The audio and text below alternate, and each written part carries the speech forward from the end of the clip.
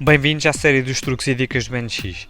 Neste vídeo iremos mostrar como criar requisitos para controlar vários aspectos da nossa peça, tais como a massa e as dimensões do mesmo. Sabendo quais são os parâmetros da peça que queremos controlar, que neste caso irão ser a massa e uma dimensão da peça, passamos então para a obtenção dos seus valores e para isso recorremos ao Command Measure.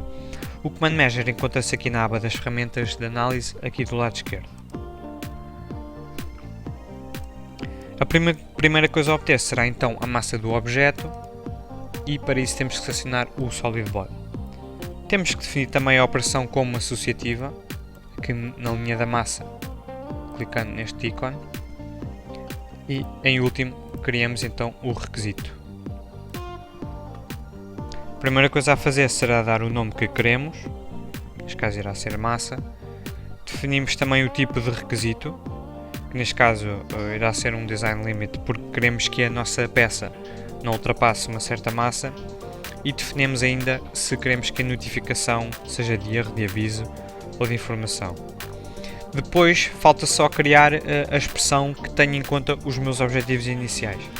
Podemos então definir um requisito para que a peça não pese mais de 1 kg. Vamos dar OK e repetir uma medição, só que neste caso irá ser para esta altura.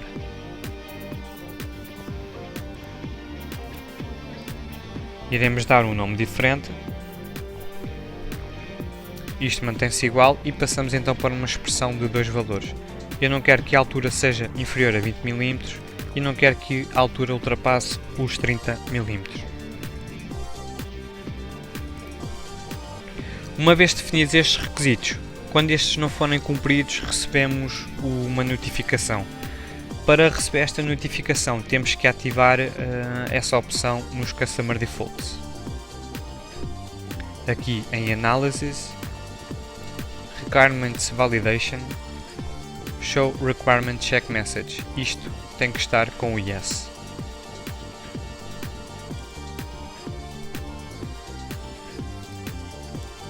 Usando, por exemplo, o Scale Body para mudar então as dimensões do nosso sólido, recebemos uma notificação.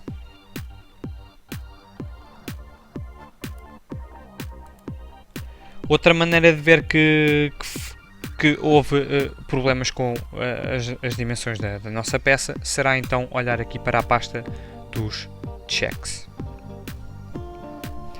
Obrigado por terem assistido ao vídeo. Deixem os vossos comentários e façam like se o nosso vídeo vos ajudou. Para continuarem a acompanhar as nossas dicas, subscrevam o canal da CADflow. Até à próxima.